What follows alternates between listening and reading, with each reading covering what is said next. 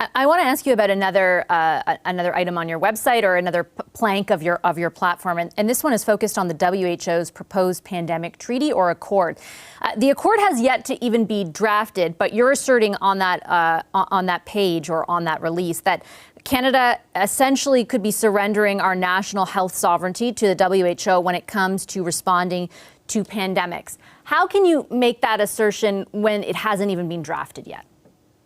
Well, I'm sounding the alarm, Vashi. I'm sounding the alarm. I'm letting people know exactly that there is a treaty that could potentially affect our healthcare sovereignty.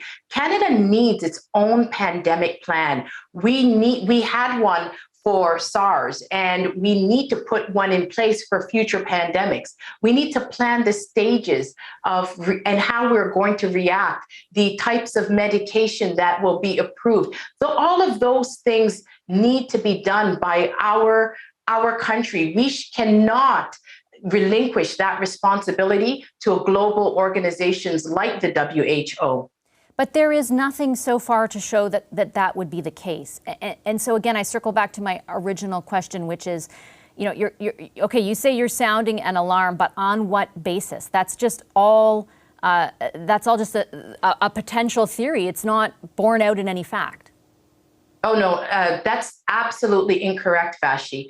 If 190 countries are getting together to put together the framework of a treaty and working on the wording, and they have met twice already in December and in March, that is not a theory. That is actually fact. And this is something that is happening. The WHO is proposing a global pandemic treaty, and that will limit a sovereign nation's ability to set things such as when the borders will be closed, what kind of personal protective equipment will be used. All of these things will be contained in the treaty. This is one of those things that sounds like science fiction. As far as I am concerned, this is an impeachable offense. There has been a direct attempt with the letter on January 18th, with no public awareness, from the United States to the World Health Organization, proposing a series of rule changes. In parallel, there was actions in Congress that will essentially allow the president to sign a treaty without congressional authorization. Furthermore, in parallel, there was action taken in the World Health Organization to breach their normal period of review and approval for countries from an 18-month period to a 6-month period. What this means is that this will get rammed through the American political system and the World Health Organization before the November midterm elections.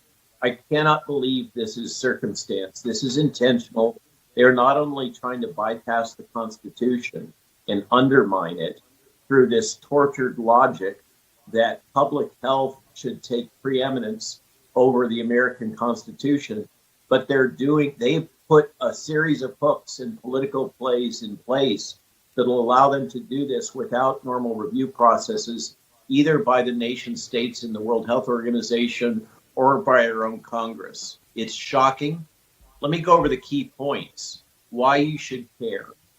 This thing that is, remember, this is proposed by the Biden administration.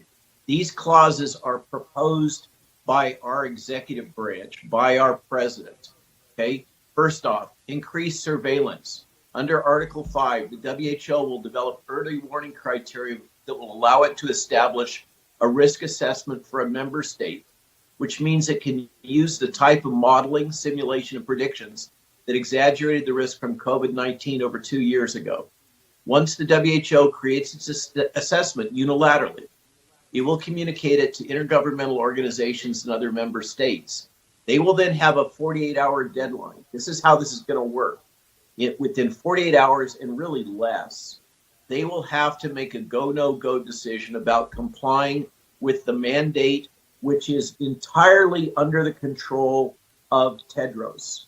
The Director General of the World Health Organization has the authority under this statute to circumvent the U.S. Constitution and to activate a dominant role over the U.S. Constitution by the Constitution of the World Health Organization. He can do this unilaterally.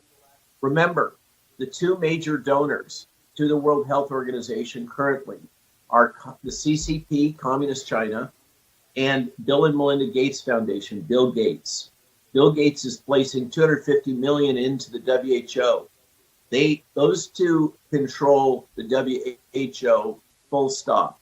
What this bill does is it hands over control of the American Constitution and circumvents states' rights. This is really a power play by the executive branch to create a pathway whereby they can get the WHO to do their bidding and to overturn the states' rights, which, remember, this is super important.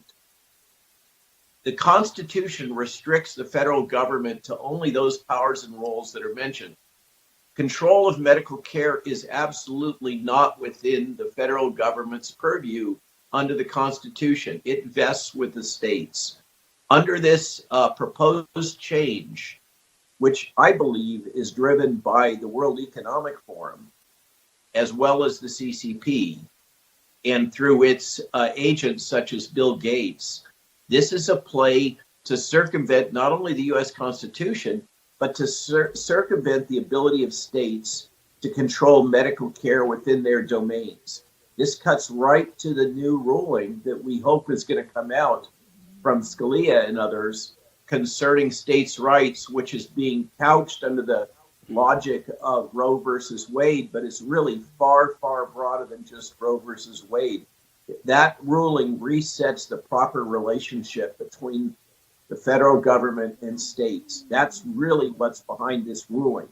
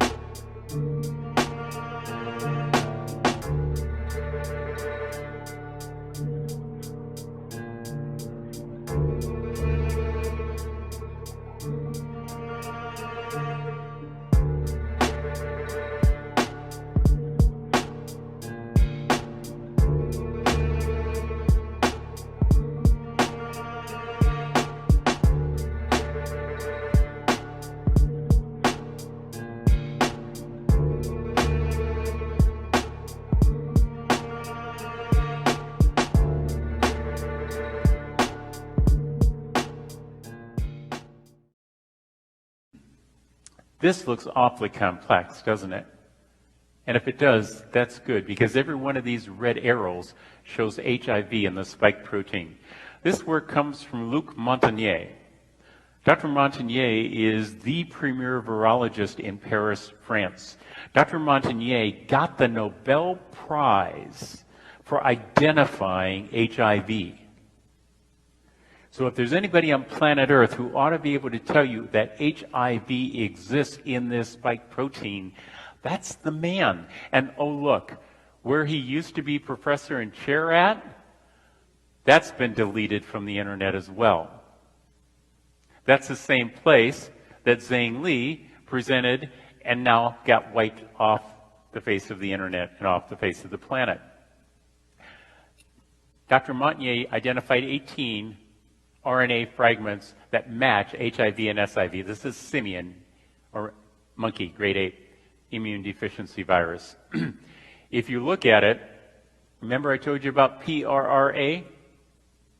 That's 4 amino acids, and every amino acid requires 3 nucleotides. That's 12, right?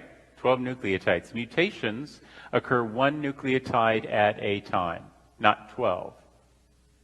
Okay? That's an insert. If you think that's bad, look at the HIV insert. 590 amino acids or 1,770 nucleotide bases that match HIV-1. Now, understanding that mutations occur 1 nucleotide at a time, scientifically, I'd like somebody to justify to me how that's possibly a mutation. That doesn't happen. This is the man who defines it. Every one of these red arrows and every one of these are the nucleotides that match HIV. That's why there's so much up there. It's like the funding. It's not one. It's not just a little. It's a lot.